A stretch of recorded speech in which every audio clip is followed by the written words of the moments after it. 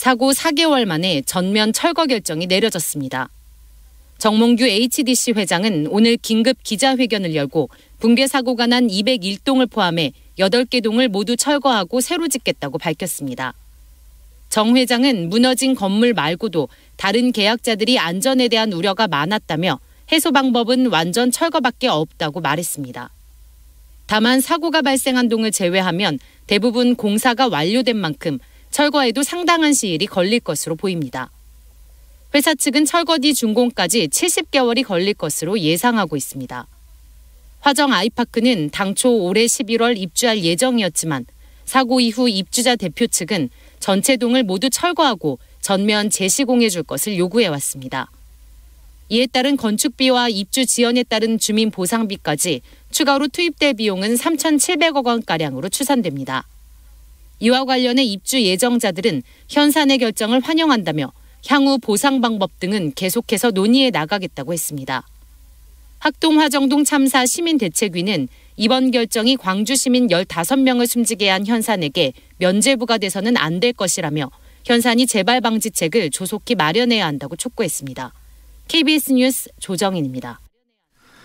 계곡 살인의 피의자 이은혜와 조현수가 구속 상태로 재판에 넘겨졌습니다. 검찰은 이들이 피해자를 숨지게 한 과정에서 살인의 고의성이 있었던 것으로 보고 적극 살인 혐의를 적용했습니다. 이지은 기자의 보도입니다.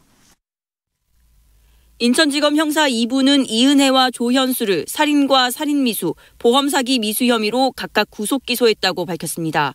이 씨는 조 씨와 짜고 2019년 6월 용소계곡에서 남편 윤모 씨에게 다이빙을 강요해 숨지게 한 혐의를 받고 있습니다. 검찰은 이들이 수영을 못하는 윤 씨에게 기초 장비 없이 다이빙하게 해 사망하도록 하는 등 살인의 고의성이 있었던 것으로 보고 이 같은 혐의를 적용했습니다. 검찰은 특히 이 씨가 윤 씨에게 이른바 가스라이팅을 통해 자신의 요구를 거부하지 못하도록 만들었다고 밝혔습니다. 경제적 착취로 극심한 생활고에 빠뜨리고 가족, 친구들로부터 고립시키는 등 심리를 지배해왔다는 겁니다. 검찰은 또 이 씨 등이 2019년 2월과 5월 복어피 등을 섞은 음식을 먹이거나 낚시터에 빠뜨려 윤 씨를 살해하려 한 살인 미수 혐의와 윤 씨가 사망한 뒤 윤 씨의 보험금 8억 원을 타내려던 보험 사기 미수 혐의도 적용했습니다. 지난해 말 검찰 조사를 받다 달아난 이들은 주임 검사가 인사이동을 할 때까지 도피 생활을 계속할 계획을 세운 것으로 드러났습니다. 검찰은 이들의 도피를 도운 혐의로 구속된 30대 남성 2명과 다른 조력자 2명에 대해서는 수사를 이어가고 있습니다. 이들의 은신처를 다시 압수수색하는 과정에서 휴대전화 5대와 노트북 1대, USB 메모리 1개를 발견해 도피자금 출처 등도 분석하고 있습니다. 한편 검찰은 유가족에게 장례비와 생계비를 지급하고 윤 씨에게 입양된 이은혜 딸의 입양 무효 확인 소송도 제기하는 등 지원을 이어갈 예정이라고 밝혔습니다. KBS 뉴스 이지은입니다.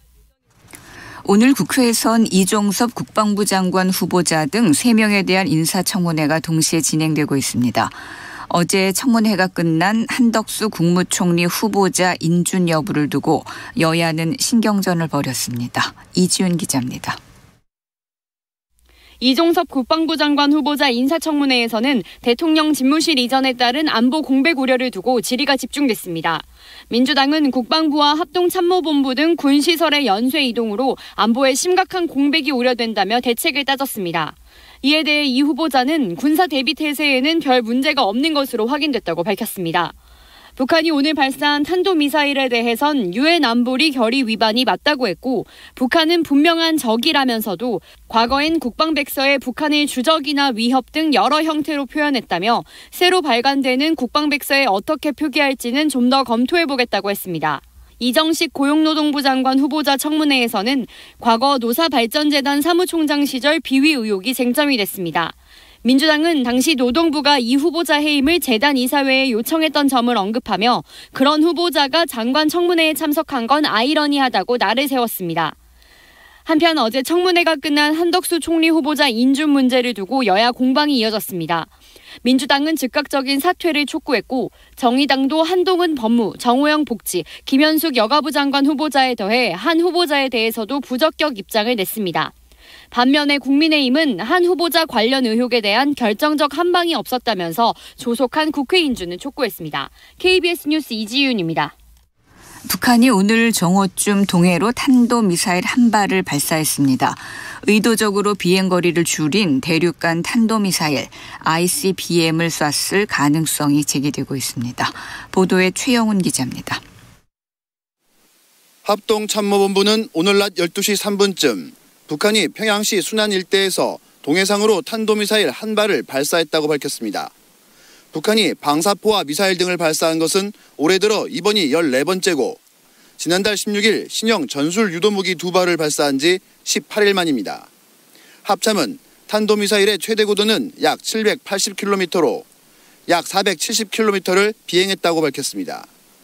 최대 속도가 음속의 11배인 마하 11이고 이동 발사대에서 발사된 것으로 알려졌습니다. 세부 재원은 한미 정보당국이 정밀 분석하고 있습니다. 오늘 미사일은 고도와 비행거리가 지난 2월 27일, 3월 5일 발사체와 유사하다는 점에서 대륙간 탄도미사일 ICBM일 가능성이 있다는 분석이 나옵니다. 당시 북한은 정찰위성 발사 시험이라고 주장했지만 한미당국은 ICBM인 화성 17형의 성능 시험이라고 분석한 바 있습니다. 북한의 미사일 발사 포착 뒤 원인철 합참의장은 폴 러케머라 한미연합사령관과 화상회의를 열고 상황을 공유했습니다.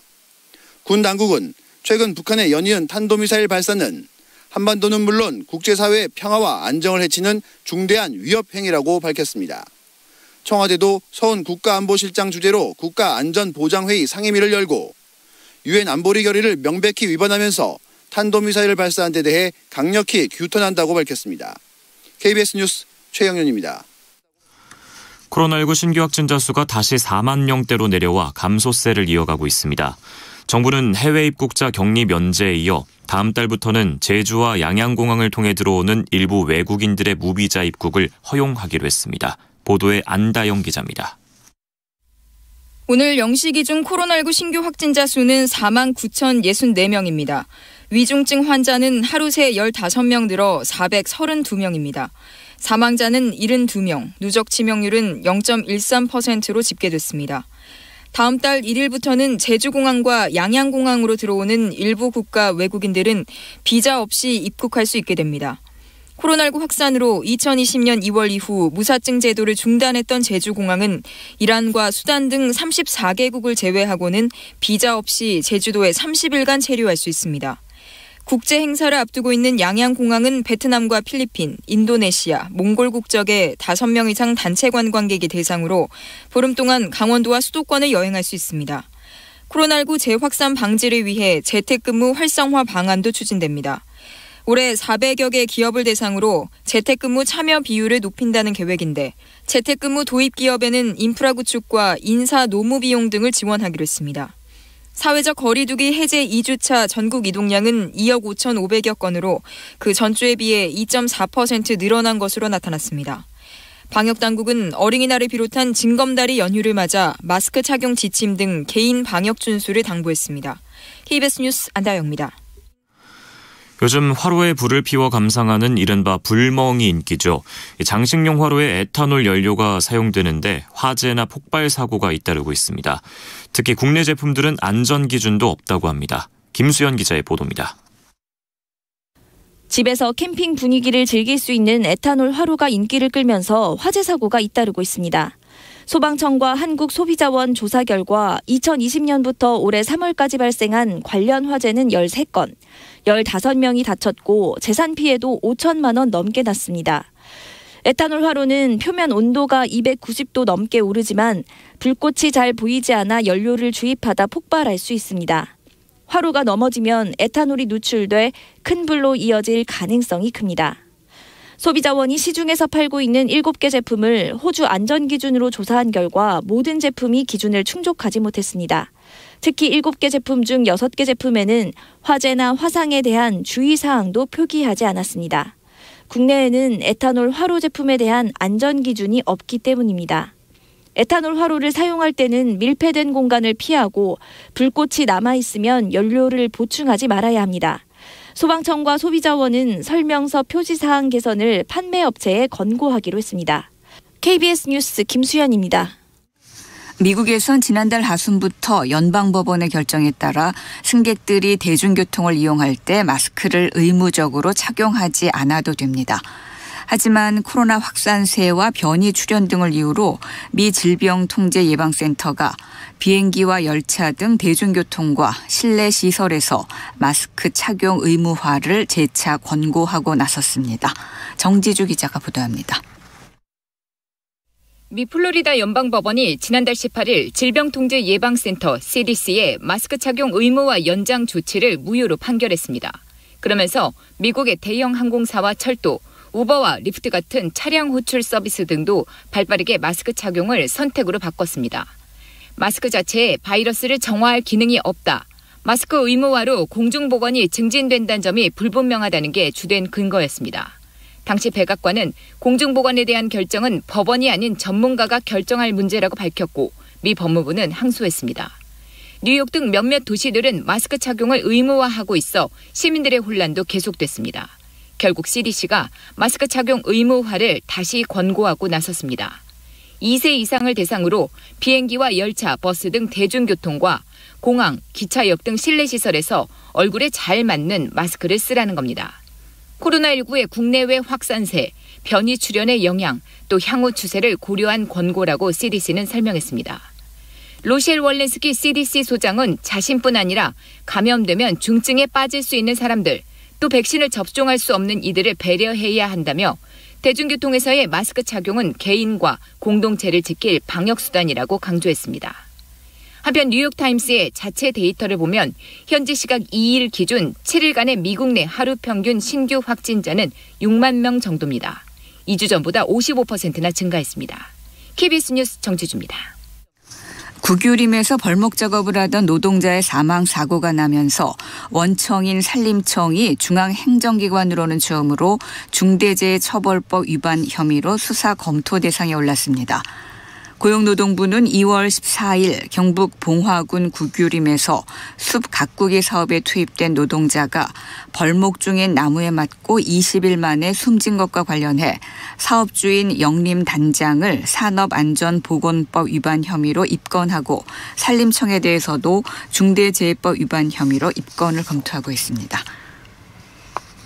물가 상승이 계속되면서 냉면값이 처음으로 10,000원을 넘어선 것으로 나타났습니다. 오늘 한국소비자원 가격정보 종합포털 참가격에 따르면 4월 서울 지역 냉면값은 전달보다 2.3% 오른 1192원을 기록했습니다. 자장면 가격은 5.1% 올라 서울을 기준으로 6,000원을 넘었고 칼국수 역시 1.9% 오르며 8,000원 선을 돌파했습니다. 이 밖에 비빔밥과 김밥도 지난달보다 각각 1.6%, 2.7% 상승했습니다. 글로벌 투자은행 JP모건은 한국은행이 올해 5월을 포함해 연내 4차례 추가로 기준금리를 인상해 연말 기준금리가 2.5%가 될 것으로 전망했습니다.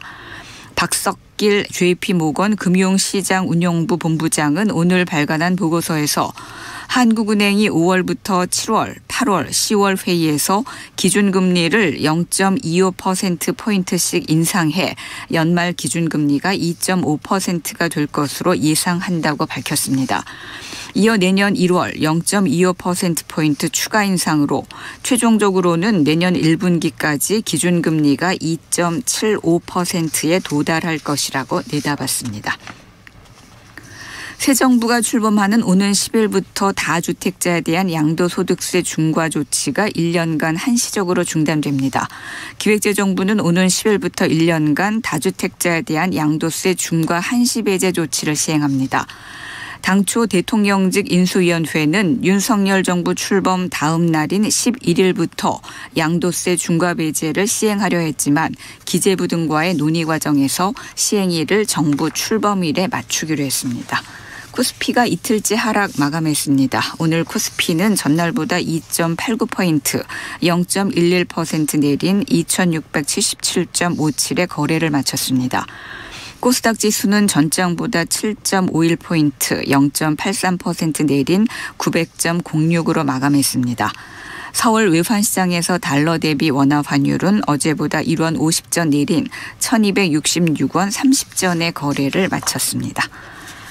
오늘의 주요 스포츠 소식 김봉진 기자가 전해드립니다. 우상혁이 2022년 육상 남자 높이뛰기 실외 경기에서도 세계 랭킹 1위에 올랐습니다. 우상혁은 나주에서 열린 실업 육상 경기 선수권 남자 높이뛰기 결선에서 2m 32를 넘었습니다.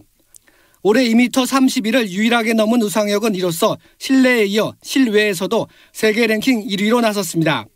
우상혁은 14일 도하에서 열리는 세계 육상연맹 다이아몬드 리그에 출전해 세계적인 선수들과 메달을 놓고 경쟁할 예정입니다. 레스터시티를 상대로 2골 1도움의 원맨쇼를 펼친 손흥민이 잉글랜드 프로축구 프리미어리그 공식 2주의 팀에 선정됐습니다. 손흥민은 프리미어리그 공식 채널이 발표한 35라운드 베스트 11에 해당하는 2주의 팀에서 측면 공격수에 이름을 올렸습니다. 청각 장애인 올림픽으로 불리는 데플림픽에서 여자 유도의 권라임이 우리나라 선수단의 첫 메달을 안겼습니다. 권라임은 브라질 카시아수 두술에서 열린 유도 48kg급 경기에서 3승 1패를 기록해 4전 전승을 거둔 멕시코 선수에 이어 은메달을 획득했습니다. KBS 뉴스 김봉진입니다. 오늘 밤과 내일은 전국이 맑겠습니다. 강원 영동과 경북 북동부 지역은 대기가 매우 건조한 가운데 내일 오전까지 순간 최대 풍속 초속 20에서 25m의 매우 강한 바람이 불겠습니다. 그 밖에 중부지방과 경북권에서도 순간 최대 풍속 초속 15m 안팎의 강한 바람이 부는 곳이 많겠습니다. KBS 1라디오 저녁종합뉴스 아나운서 태희경, 남현종이었습니다.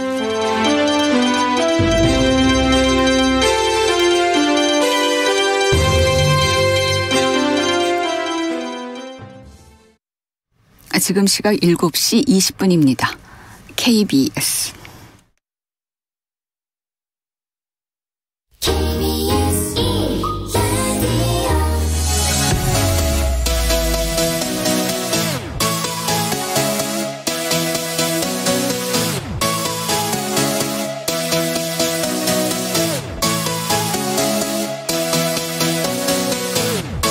KBS 열린 토론.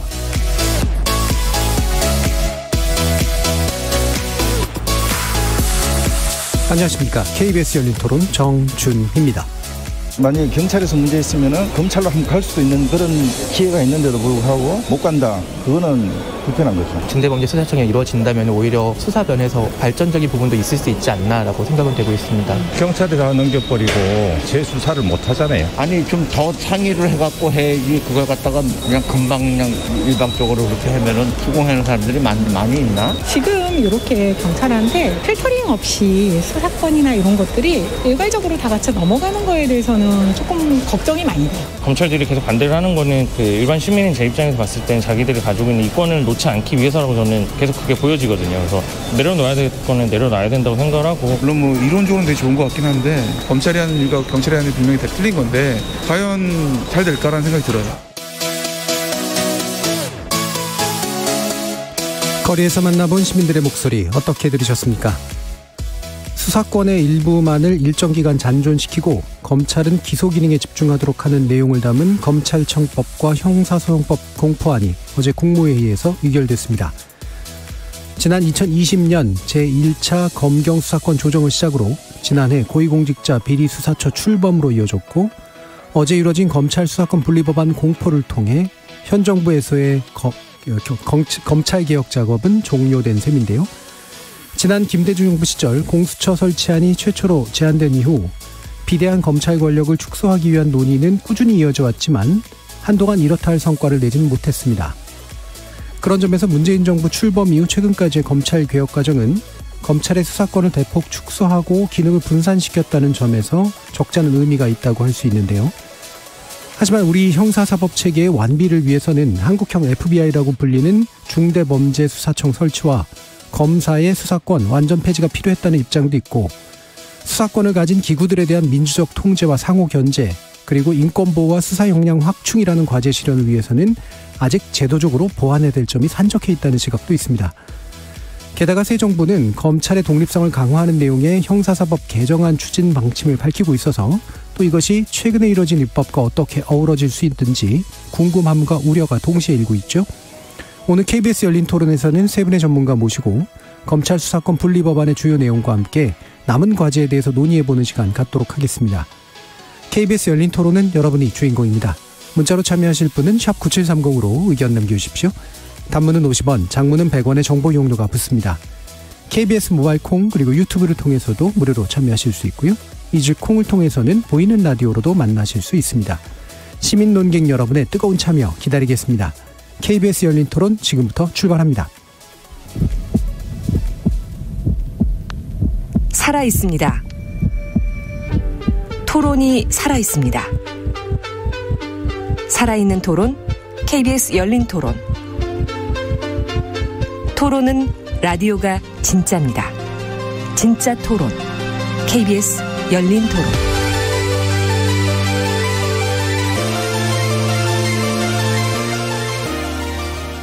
오늘 토론 함께해 주실 세 분의 전문가 소개하겠습니다. 먼저 이동희 경찰대 법학과 교수 나오셨습니다. 네, 안녕하세요. 자, 그리고 민변사법센터 소장 장유식 변호사 함께하셨습니다. 네, 안녕하십니까. 그리고 한상훈 연세대 법학전문대학원 교수 자리해 주셨습니다. 네, 안녕하세요. 한상훈입니다. 자, 지금 여러 가지 이제 논란 끝에 결국 법률 공포는 이루어졌고요. 이로써 이제 현재 여당, 앞으로 야당이 될 더불어민주당이 추진해온 2차 검찰개혁 입법은 현 정부 임기 내에 마무리된 셈입니다. 현재까지의 일련의 개혁 작업이라고 불리는 현 법적 조건들 어떻게 평가하시는지 일단 간단히 의견 듣고 시작하겠습니다. 이동희 교수님부터. 예. 먼저 이번 법안 통과에 대해서 우리 언론에서는 검수완박이다 또는 수사기소 완전 분리다 이런 이야기들을 많이 써왔는데요. 뭐 팩트 체크 면에서 전혀 거기에는 도달하지 못했다는 이야기부터 좀 해야 되지 않을까 하는 생각이 듭니다. 그 검찰이 지금 우리나라 검찰이 개혁해야 된다는 것에 대해서는 다들 공감해왔고 그 방향성이 수사권과 기소권 모두 다 가지고 있는 독특한 기형적인 구조에서 시작이 됐고 그 부분을 개혁하기 위해서 수사권만이라도 좀 이렇게 축소하자는 게 큰 방향이었는데 이번에 아시다시피 검찰이 이제 기존에 작년에 개혁이 돼서 일부 이제 경찰하고의 관계가 조금 변동이 있었습니다만은 기본적으로 검찰이 직접 수사권이 6대 범죄 개시하는 쪽에 남아 있었고 또 보안 수사를 조금 할 수 있는 여지가 남아 있는 두 가지가 다 남아 있었고요. 또 영장 청구 독점이라는 것도 영장 청구권 독점도 그대로 남아 있었는데 이번에 바뀐 거는 그 수사권 중에 직접 수사 부분을 두 가지로 나눌 수 있는데요. 예. 검찰이 독자적으로 개시해서 처음부터 사건을 인지해서 하는 개시 사건하고 경찰에서 또는 특별사법경찰에서 다른 수사관이 수사해서 보낸 사건을 다시 보안해서 직접 수사하는 두 가지가 있는데 그중에 전자에 6대 범죄만 이제 개시 진행할 수 있다라고 했던 범죄 부분에서 4가지 정도를 조금 이렇게 줄여준 형태라고 보여집니다. 그래서 부패 범죄, 경제 범죄가 남고 나머지 공직 범죄, 그다음에 선거 범죄, 대형 참사 등 이런 것들이 이제 명문적으로 못하게 됐지만 그 부분에 또 사실 통과 과정에서 등이라고 해서 경제 범죄, 부패 범죄 등이라고 해서 대통령령으로 위임된 부분에서 또 확장될 우려도 또 여러 부분에서 지적을 받고 있지 않나 하는 생각이 듭니다. 총평에서 전체적인 수사 기소 완전 분리도 아니고 검찰의 수사권을 완전 박탈한 게 아니라 소송법 속에도 그렇고 그대로 남아있다. 그래서 일정 부분 직접 개시 부분에서 약간의 범죄를 줄인 정도가 지금으로서는 법이다. 아까 사회전 말씀하신 것처럼 더하기 추후에 이제 중대범죄수사청이나 이런 게 만들어질 때 소송법상 검사의 수사권이 완전히 없어진다면 그때 비로소 수사 기소 분리라는 용어를 쓸 수 있지 않을까 하는 생각을 해봅니다. 예, 뭐 용어 그러니까 완전 박탈이나 이제 완전 분리라고 하는 게 정당한 용어법은 아니다라는 부분을 주로 지적을 해주셔서요. 평가에 관련된 내용은 많이 들어가진 않았습니다만 뭐 의견이 어느 정도 들어가 있는 것 같긴 합니다. 자, 장윤식 변호사님도 말씀 드리죠. 네. 상당히 급물살을 탔죠. 다들 기억하시겠지만 대통령 선거 3월 9일에 끝났는데 그 이후에 민주당에서 굉장히 서둘러서 했고 왜 그동안 안 하고 있다가 갑자기 했는지 사람들이 좀 의아하긴 했는데 사실 오랫동안 논의되어 왔던 부분을 민주당이 좀 미루고 있다가 그때 이제 시작을 했고요. 그래서 원래는 처음부터 이런 식으로 검수완박이라고 하는 얘기에 걸맞게 검찰로부터는 직접 수사권을 완전히 배제시키는 방식으로 분리시키는 방식으로 추진이 됐죠. 그런데 아시다시피 이제 4월 22일에 국회의장 중재안이 있었고 지금 통과된 법안은 그 중재안에 거의 가까운 상황입니다. 이게 사실 검찰이 그동안 수사도 하고 기소도 해왔던 관행이 해방 이후에도 특히 이제 54년에 형사법 개정을 하면서 검찰의 수사권과 기소권을 다 줬어요. 그 이후에 너무 자연스럽게 검찰이 수사하는 것이다 이렇게 생각을 해왔고 경찰은 단지 그 보조자에 불과하다 이렇게 인식을 해왔던 것이 현실이었습니다. 그런데 그게 2020년에 1차 수사권 조정을 통해 가지고 조금 바뀌었고 이번에는 많이 바뀌었죠.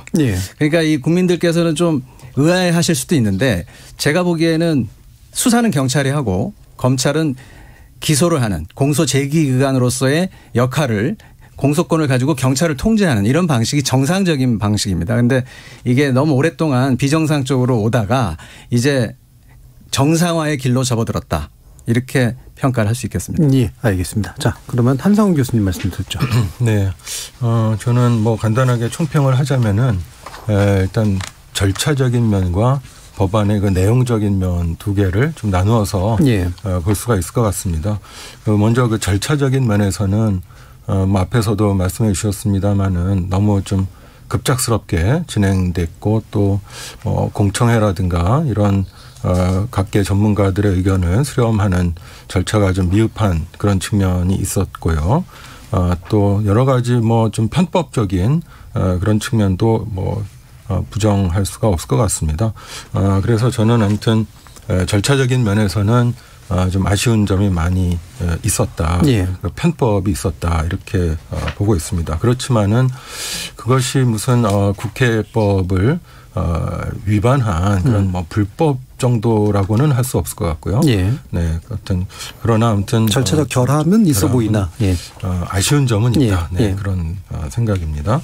그리고 이제 내용적으로 말씀드리자면은 그때 뭐 검수완박법이다. 뭐 이렇게 해서 또 뭐 70년 만에 이런 형사사법 체계를 대대적으로 바꾼다. 뭐 이런 여러 가지 얘기가 있었습니다만은 사실 그 처음에 민주당의 그 당론으로 제출된 법안은 검수완박이라고 해도 맞을 것 같습니다. 완전 분리니까요. 완전 분리고 이제 검사는 보안 수사도 못하고 직접 수사도 못하고 그래서 뭐 그거까지는 맞는데 그 이후에 이제 뭐 중재안이라든가 또는 이제 그 제출된 법안은 그거는 이제 검수완박이라고는 도저히 얘기할 수 없는 그런 법안이 이제 타협이 됐는데 아무튼 뭐 계속 검수완박이다 입법이다라는 표현을 쓰더라고요. 언론이라든가 이런 데서.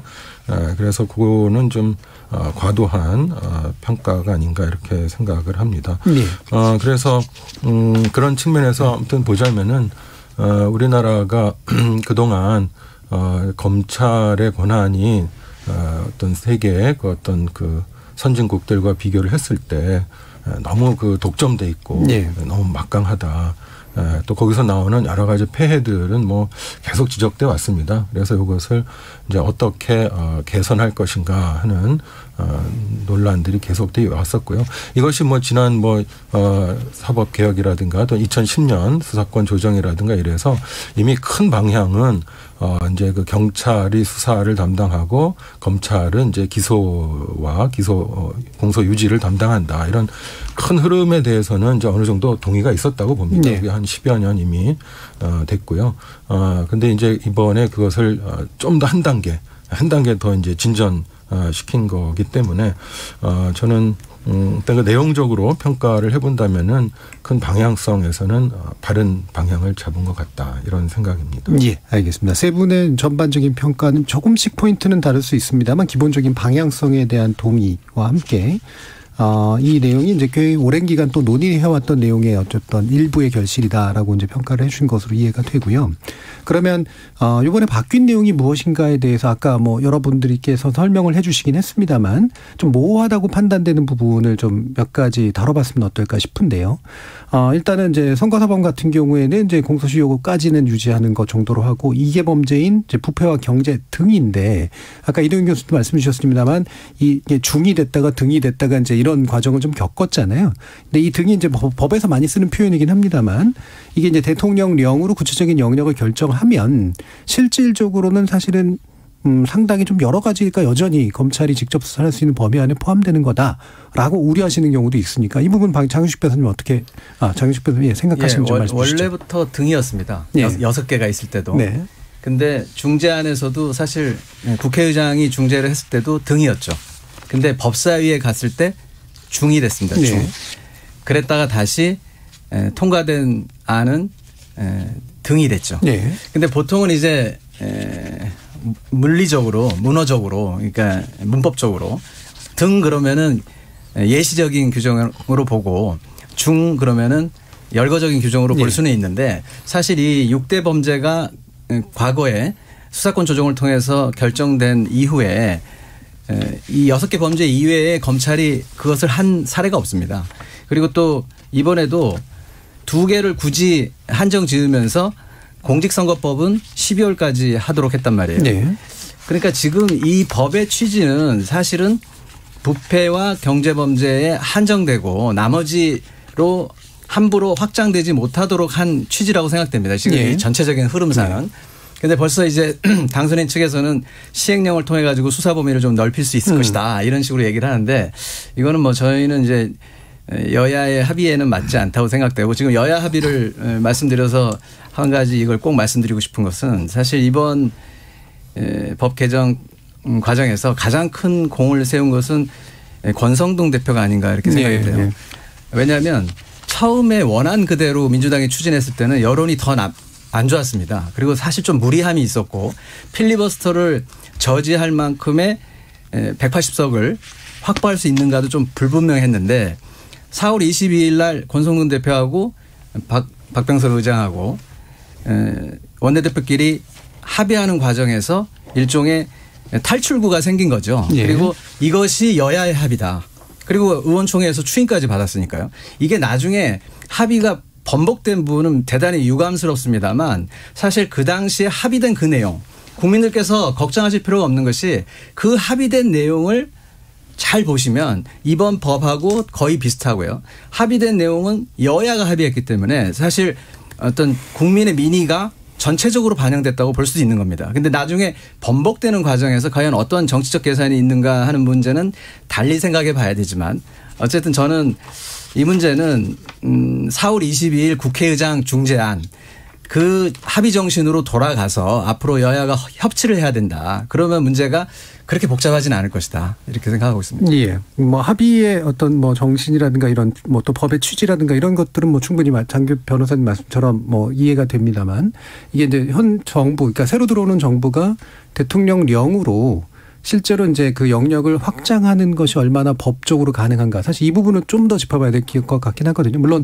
상임법이 제한하고 있는 범을 넘어서는 건 사실 굉장히 무리한 일이기 때문에 쉽지 않을 거라고 봅니다만 확실하게 할 필요는 좀 있어서요. 어떤 우려를 하고 계시는지요?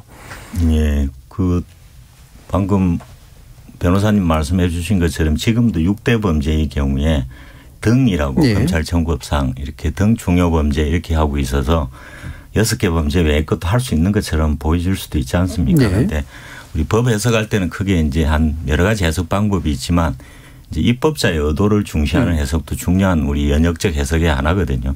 그리고 물리적 해석, 말 그대로 문장에서 주는 해석도 있는데 방금 문장 해석, 물리적 해석 범위 안에서도 사실은 굳이 2개 내지 6개 되던 걸 2개로 줄여서 등이라고 했을 때는 이 범죄에서 벗어나지 않도록 하자는 어떤 그런 해석이 물리적으로도 필요해 보이고요. 또 그렇게 해야 될 것 같고 또 아까 말한 입법적으로 지금 입법자의 의도가 분명히 이번 과정에서 다 국민들도 보고 계신데 이 2가지 범죄로 한정해야 된다라는 의의가 분명히 반영된 입법자 국회의 법안이기 때문에 그 2가지로 한정해서 하는 게 맞고요.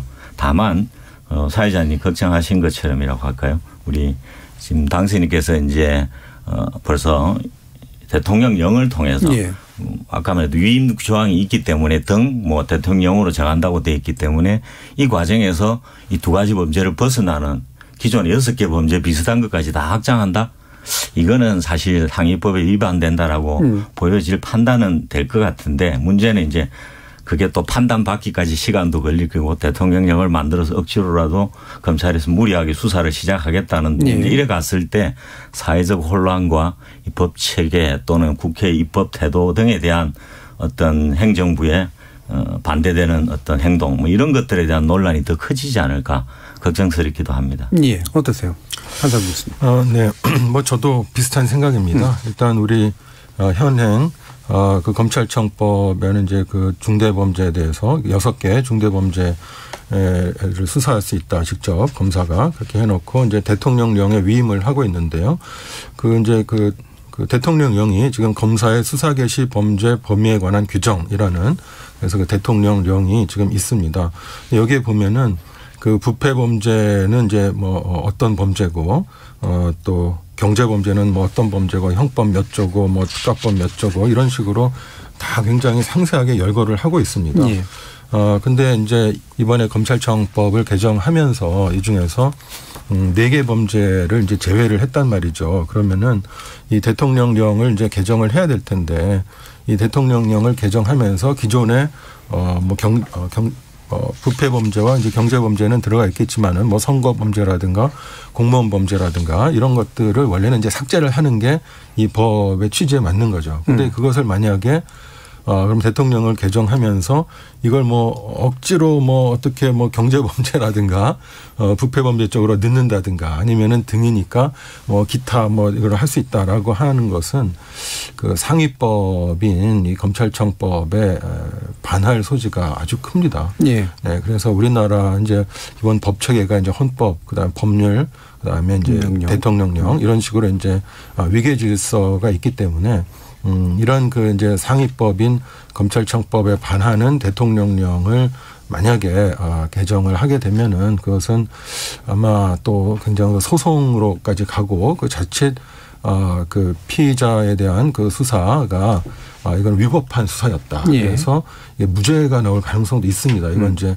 그 피의자 피고인 입장에서는 또 법원에서 얼마든지 또 다퉈볼 여지도 있고 그렇기 때문에요. 그래서 이제 이런 그 뭐 윤석열 그 대통령 당선인 측이나 또는 이제 법무장관 한동훈 그 뭐 내정자라고 그래야 되나 후보자 입장에서는 좀 불만일 수도 있을 것 같긴 합니다. 그런 의사 표현도 하긴 했고 그렇지만은 우리나라가 정말 이제 의회주의고 법치주의라면은 아무튼 이 법 자체가 뭐 저는 뭐 그럴 가능성은 없다고 봅니다만은 뭐 만약에 미연이라고 된다면 이제 그때 가서 이제 할 수 있는 것이고 아직 합법적인 그런 법률인 한에서는 정말 대통령으로서도 이런 그 국회가 합법적으로 개정한 법을 준수하는 것이 또 대통령의 의무가 아니냐. 네, 저는 그렇게 봅니다. 알겠습니다. 앞으로 뭐 정치적 시험대가 이제 또 실제로 열려질 수도 있어서 한번 여쭤봤고요. 다른 내용들 좀 몇 가지 확실하게 좀 짚어주셔야 될 부분들에 대해서는 그럼 한 분씩 좀 질문을 던지면서 혹시라도 다른 의견 계신 분들이 있으면 한번 의견을 듣는 식으로 한번 진행을 해보도록 하겠습니다. 마침 이제 이 2개 범죄에 대해서도 수사검사와 기소검사를 분리하도록 한 것, 이 부분은 어떻게 생각하시는지 장윤식 변호사님. 우선은 지금 검찰에서 수사도 하고 기소도 하도록 되어 있기 때문에 불완전한 입법이라고 볼 수가 있겠죠. 그런데 국회의장 합의안을 중재안을 보시면 수사권과 기소권을 분리하는 것을 원칙으로 해서 1년 6개월 안에 중수청도 만들고 그 방향으로 간다. 그래서 검찰의 직접 수사는 없앤다. 이런 대원칙이 지금 천명이 돼 있습니다. 그러니까 그 대원칙이 아직은 과도기적으로 완벽하게 법안화되지는 않기 때문에 그럼 그 사이에라도 내부적인 통제, 그러니까 수사검사와 기소검사가 분리돼서 그 내부적으로 검사끼리라도 통제를 할 필요가 있지 않느냐. 사실 이게 수사 기소를 분리하는 이유가 수사한 사람이 기소까지 하면 자기가 수사한 부분이 잘못됐다라고 생각하더라도 기소를 통해 가지고 유죄를 받으려고 계속 노력하지 않겠습니까? 이게 확증 편향이라고 뭐 그렇게 얘기를 하시던데 그런 견제가 필요한 거거든요. 그래서 크게 경찰에게 수사권을 검찰에게 기소권을 주는 것인데 지금 당장은 기소권을 갖고 있는 검찰이 수사도 일부 하고 있기 때문에 그 수사에 대해서도 내부적으로 검사들끼리 역할을 나눠서 수사검사와 기소검사가 견제를 해봐라. 이런 취지로 마련된 것입니다. 네, 그래서 기본적으로 이제 법이 그 취지를 가지고 있는 대원칙이 이제 적용되는 방식이기 때문에 분리하도록 하는 것에 대해서 기본적으로 동의하는 의견 주셨고 아마 진행이 될 거라고 보시는 것 같은데 혹시 뭐 다른 의견 있지는 않으신가요? 그러면 다른 부분 지금 제 핵심이 이제 중수청 설치 방안인데 이게 이동 교수님께 일단 먼저 여쭤봐야 될 것 같습니다. 이게 왜 포함이 안 됐을까라고 궁금해하시는 분들도 있고 여기에 대한 정치적 해석을 하시는 분들도 있는데 그리고 만약에 된다면 지금 아마 사개특위나 이런 데서 논의가 될 것 같긴 합니다만 국민의힘이 또 참여 의지를 안 밝히고 있는 상태이기도 하고 어떤 전망까지 가지고 계신지 한번 먼저 의견을 들어보죠. 그죠. 중수청 설치 법안이 원래 세트로 이루어지는 게 원래 원안에서는 공수처법 공소청법이 이제 검찰청법이 공소청법으로 바뀌고 그래서 검찰에서는 공소만 담당하는 게 되고 아울러 수사 기능을 싹 다 빼서 아까 직접 수사 기능을 전부 다 없애고 그러려면 이제 형사소송법상 지금 195조 6조부터 있는 많은 검사의 수사 주체로서 되어 있는 조항들이 싹 다 없어져야 되겠죠. 그리고 나서 중대범죄수사청 지금 검찰이 기존에 해왔던 6대 범죄 이제 이번에는 2대 범죄로 바뀌게 된 건데 이제 이런 범죄를 중심으로 그 수사를 담당할 직접 수사를 담당할 부서를 빼내는 문제가 될 텐데요. 이제 이게 방금 말씀드린 것처럼 법안으로 보면 제가 보기에 지금 검찰청법을 공소청법으로 바꿔야 되는 큰 문제가 있고 그다음에 수사 관련해서도 지금 195조 이하의 수사에 있는 많은 조항들을 소송법 전반을 건드려야 되는 작업입니다. 뭐 초안이 없지는 않은데 이게 아마 국회를 통과하려고 했으면 또 엄청난 논의가 있다 보니까 아까 아마 정치적으로도 이번에는 1단계로 중수청 만드는 거는 다시 말하면 수사에서 완전한 검찰의 수사권을 없애는 부분은 차후에 다시 논의를 통해서 2단계로 하자라고 미뤄둔 상황이다. 이렇게 평가해야 될 것 같습니다. 그걸 하기로 하면 이제 법적으로 지금 연계된 법들이 굉장히 많기 때문에 생기는 난점들이 시간적으로 분명히 좀 있다라고 판단이 되는데 이게 지금, 또 지금 그게 이제 제일 큰 문제라고도 볼 수 있는데 애초에도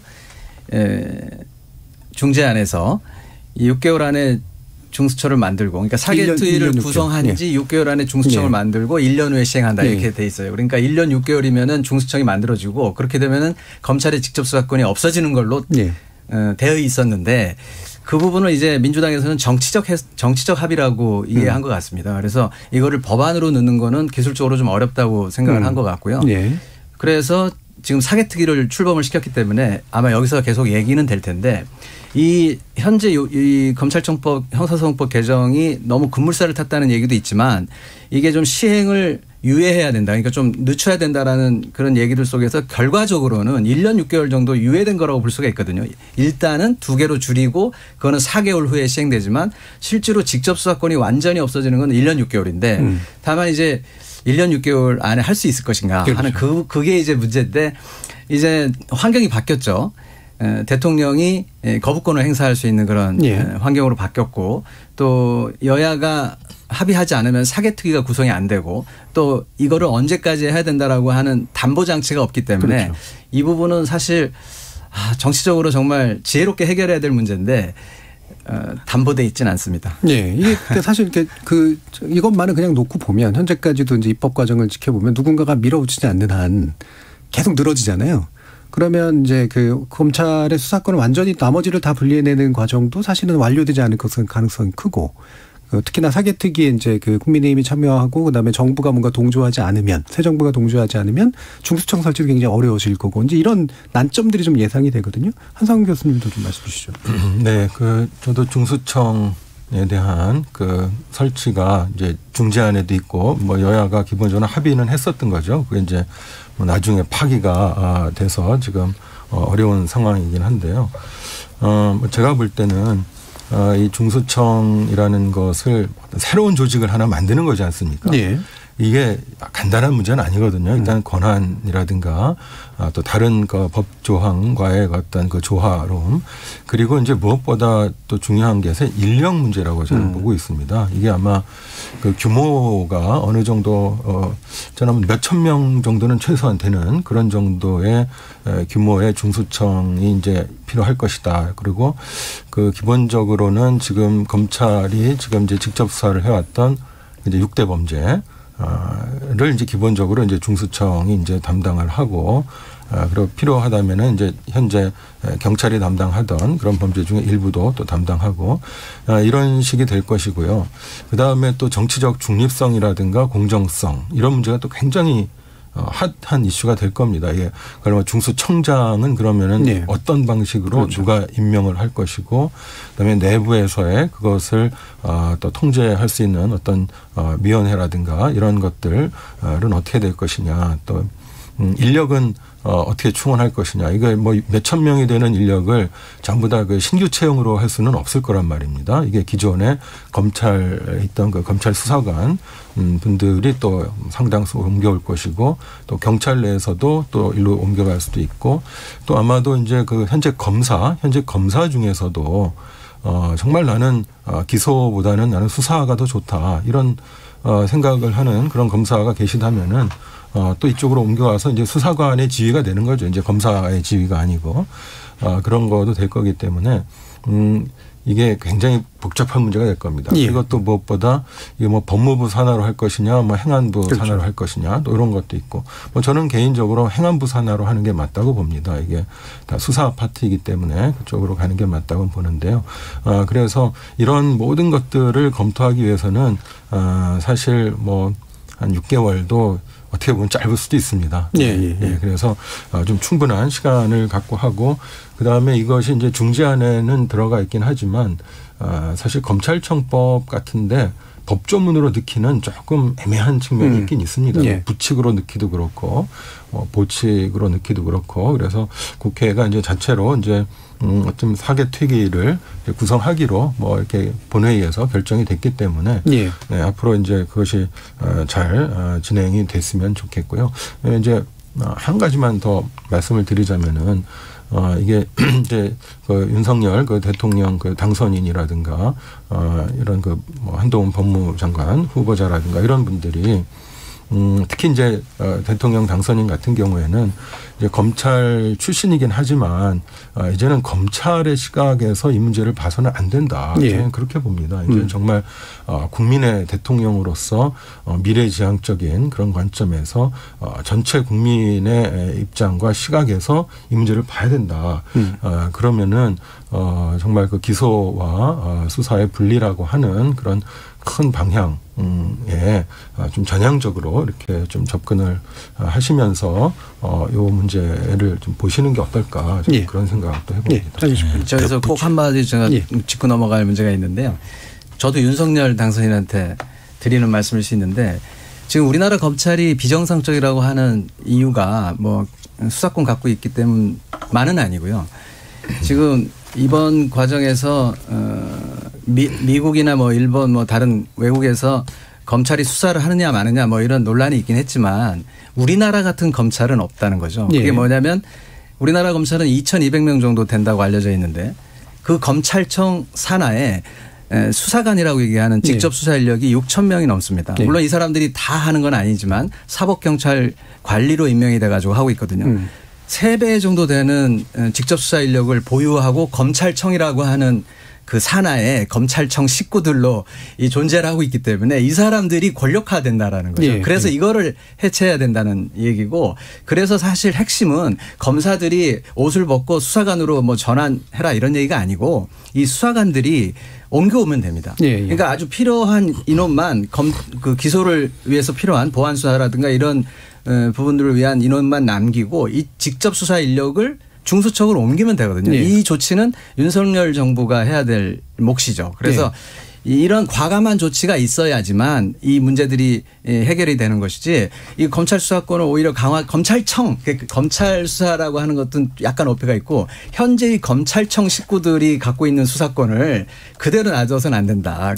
우리 아까 말씀하셨듯이 검찰의 수장이 아니라 대통령이기 때문에 네. 이런 수사 인력, 국가의 자원을 어떻게 배분할 건가에 있어서 전향적인 태도를 보여주시기를 네. 기대합니다. 이른바 검경 수사 역량 이런 거 비교해서 얘기할 때 이제 검사의 수사 역량이라고 우리가 보통 착각하지만 실질적으로는 그렇죠. 네. 검사 아래 배속돼 있는 수사관의 역량들로 누적돼 있는 경우들이 있기 때문에 이 인력이 이동하면 된다라는 그런 말씀이시고요. 예, 이동희 교수님. 예, 중수청 관련해서 조금 한두 가지 보태고 싶은 말씀이 있는데요. 방금 한상훈 교수님께서도 소속 문제를 또 짚어주셨는데 예. 그 법무부 안에 두자는 안도 있고 뭐 행안부 소속이 수사니까 맞다라고 말씀해 주시거나 아니면 지금 공수처처럼 완전히 독립된 형태로 이렇게 두는 방식도 있겠죠. 그런데 이제 특히 한 가지 우리가 기억해야 될 게 제가 2000년대 중반에 이미 2005년쯤이었나요? 검찰 출신의 의원님들께서 낸 법안 중에 대표적인 게 바로 한국형 FBI 이야기하면서 예. 국가수사청을 설립해야 된다는 예. 법안이 검찰 측의 어떤 강력한 지지 속에 이루어진 바가 있습니다. 그게 뭐냐면 그게 이제 소속으로는 뭐 결론적으로는 법무부 안에다가 국가수사청 같은 걸 설립을 해서 경찰까지 다 흡수를 해서 상당 부분 수사를 독립적으로 하자는 모토지만 결국은 이제 검사 출신이라든지 변호사 자격 가진 사람이라든지 이런 식이 중심이 되는 어떤 수사기구를 생각을 해서 법무부 안에 둔다. 이런 아마 구상이 가장 컸던 것 같은데 네. 그게 이제 어떤 문제가 있냐면 방금처럼 독립성이 없을 뿐더러 지금 아까 하 회장님이 잠깐 논점 삼았던 우리 지금 개정법 중에 검찰청법에 내부적인 기소하고 수사검사를 분리하는 지금 안이 통과가 됐지 않습니까? 지금도 아마 아시겠지만 내부적으로 공판검사랑 수사검사는 분리는 돼 있습니다. 실무적으로. 거의 이제 80여 프로랑 15% 정도 이렇게 나눠져 있는 편인데 한 7명의 수사검사가 한 사건을 그 같은 부에 있는 공판 담당 검사가 들고 가서 공소 유지를 해주고 있는 상황인데 그래서 내부적으로 분리되어 있다라고도 볼 수 있어요. 그렇지만 같은 조직 안에 있어서는 절대 독립성을 가질 수가 없고 한계적인 법일 수밖에 없다라고 평가할 수밖에 없고요. 그죠. 다만 그래서 지금 법무부 장관 밑에 예를 들어 양쪽에 2개의 수사기구랑 기소청이랑 수사청을 둔다고 한다는 거는 이건 오히려 양손에 법무부 장관을 통해서 다 장악될 수 있고 또 같은 식구 같은 어떤 그런 형태로 이루어질 수 아주 위험한 그런 조직체가 될 수 있기 때문에 그렇게 돼서는 안 되겠다 하는 걸 꼭 좀 한번 말씀을 드려야 되겠다는 생각이 듭니다. 알겠습니다. 원래 이제 중수청 어떻게 구성할 것이냐라는 부분에 대해서는 뒤에서 2부에서 얘기하려고 했는데 1부에서 하고 싶으신 말씀들이 많으셔서 이미 상당 부분 좀 얘기가 됐고요. 저 1부 좀 있으면 이제 맞춰야 되긴 하는데 요거 하나만 먼저 짚고 그럼 2부로 넘어가면 어떨까 싶은데 핵심 중에 하나가 또 이제 이른바 별건 수사 관련된 부분이었잖아요.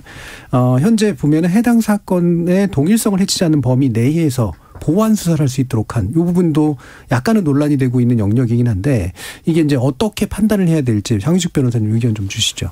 네, 저희 민변이나 뭐 이런 참여연대나 이런 시민단체에서도 이번에 가장 고심을 했던 게 이 보완 수사 관련된 건데요.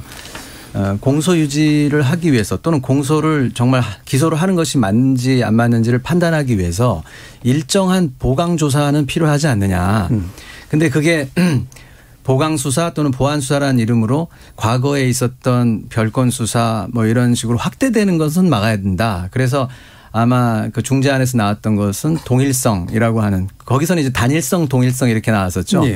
그리고 우리 형사소송법에도 동일성을 해하지 않는 뭐 이런 식으로 해가지고 공소장 변경에 관련해서 그런 문구가 있습니다. 그래서 또 법사위에서는 동일성 범위 내에서 이렇게 했다가 동일성을 해치지 않는 범위 내에서 이게 말이 좀 복잡한데 이게 해석의 영역이기 때문에 잘못 해석하면은 무한히 확대될 수도 있고 하는 그런 거죠. 그래서 이번 개정안에서는 별건 수사를 금지한다라는 내용을 확실하게 넣었기 때문에 아마 그 부분에 대한 해석이 약간은 제한될 수 있다. 그러니까 자의적으로 해석하는 부분들을 상당히 막을 수 있다라는 평가를 할 수 있습니다. 일정한 자의성이 있을 수도 있지만 어쨌든 법안 안에 이제 별건 수사를 기본적으로 금지한다라는 그와는 원칙이 천명돼 있기 때문에 상당 부분 제한될 것이다.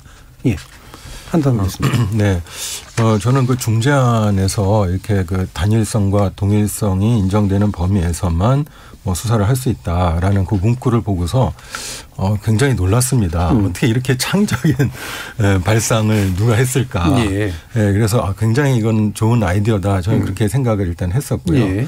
이 동일성이라는 개념을 우리 일반 우리 청취자분들께서는 좀 생소한 표현일 수는 있겠습니다만은 사실 이 형사법에서는 이 동일성이라는 개념은 굉장히 중요한 개념 중에 하나입니다. 우리 이제 예를 들면 검사가 기소를 했다 그러면은 어떤 A라는 사건에 대해서 기소를 했다 그러면은 B라는 사건도 있고 C라는 사건도 있고 그런데 그럼 어디까지 이게 기소가 미친 거냐 유사한 게 이런데 그것을 이제 구별해 주는 기준이 이제 동일성이라는 개념이거든요. 또 어떤 그 재판이 이제 선고가 됐을 때 이제 기판력이라고 그래서 일사부재리 그런 게 적용이 되지 않습니까? 그랬을 때 요거 그럼 어디까지가 이 기판력에 적용되는 범위냐? 이제 이런 거를 따질 때 우리 형사소송법에서는 이제 동일성이라는 개념을 쓰고 있습니다.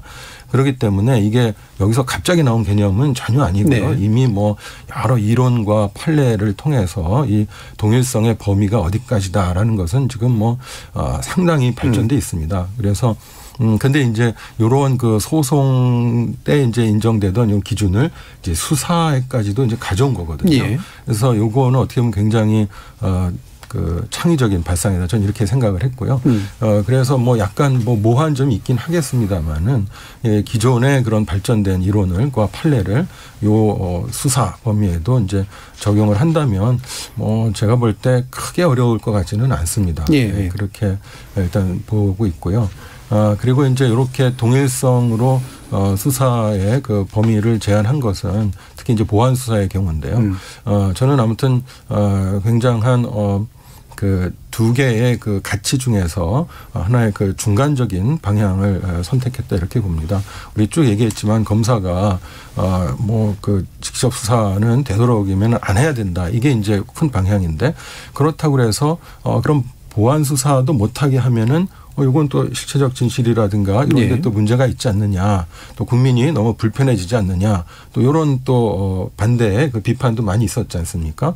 그래서 요거를 이제 어떤 식으로든 절충을 하고 해결책을 모색해야 되는데 그렇다고 이걸 또 막 열어주면은 이게 유명무실한 그런 법조문이 될 수 있기 때문에 이 동일성이라는 것을 통해서 양극단의 어떤 그 단점을 최소화하면서 하나의 그 절충의 해법을 찾은 게 아니냐. 저는 그래서 요거는 우리가 아무튼 이론적으로 저는 충분히 우리가 좀 더 명확하게 해낼 수 있는 그런 문제다라고 알겠습니다. 봅니다. 모호함을 상당 부분 또 제거시켜 주시기도 해서요. 일단 여기까지 좀 이야기를 좀 나누고요. 저희 천성희 문자캐스터 불러서 청취자 문자 들어보고 이후 논의 계속 이어가도록 하겠습니다.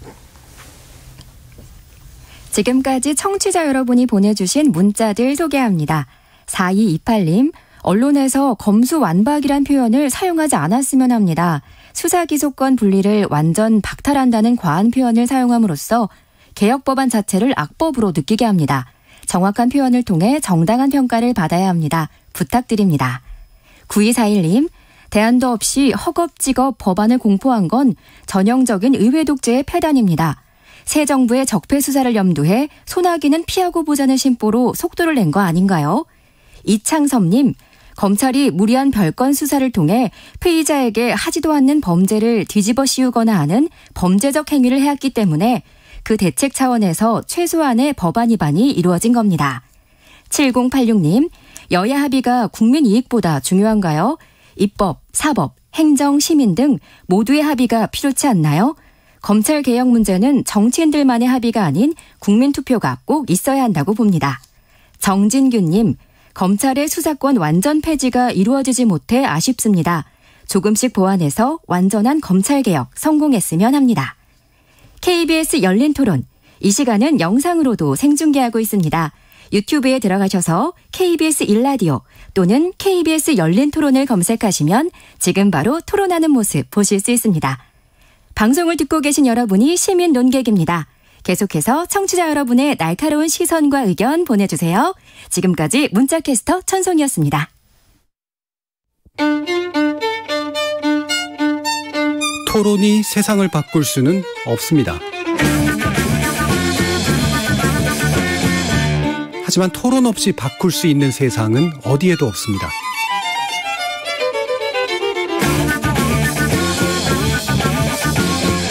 세상의 선한 변화를 갈망하는 당신. 정답이 아니라 질문의 힘을 믿는 당신. 우리 KBS 열린 토론에서 만납시다.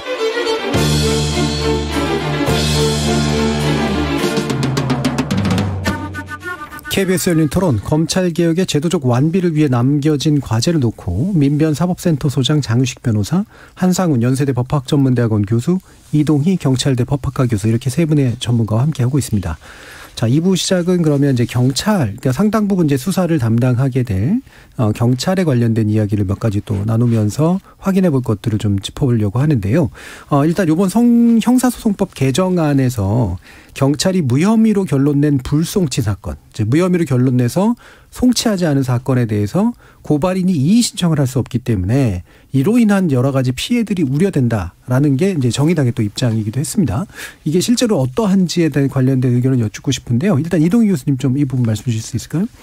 예, 그 이야기 전에 방금 앞에 끝마 끝에 또 말 관련해서 한 가지만 조금 추가하고 싶은데요. 그 지금 경찰에서 송치한 사건에 대해서 검찰에서 보안 수사할 수 있는 범위에 대해서 별건 수사를 하지 못하도록 하고 아까 한상훈 교수님 잘 설명해 주신 것처럼 동일성을 해야지 아니하는 범위 내에서만 할 수 있다 이렇게 되어 있긴 한데 그게 이번에 사실 개정안 초안에서는 그 경찰에서 송치한 모든 사건이 거의 다 그렇게 되도록 되어 있었는데 지금 수정안에서 하나가 빠져버린 게 이제 경찰에서 일반적으로 이 기소해야 된다라고 보냈던 사건이 있습니다.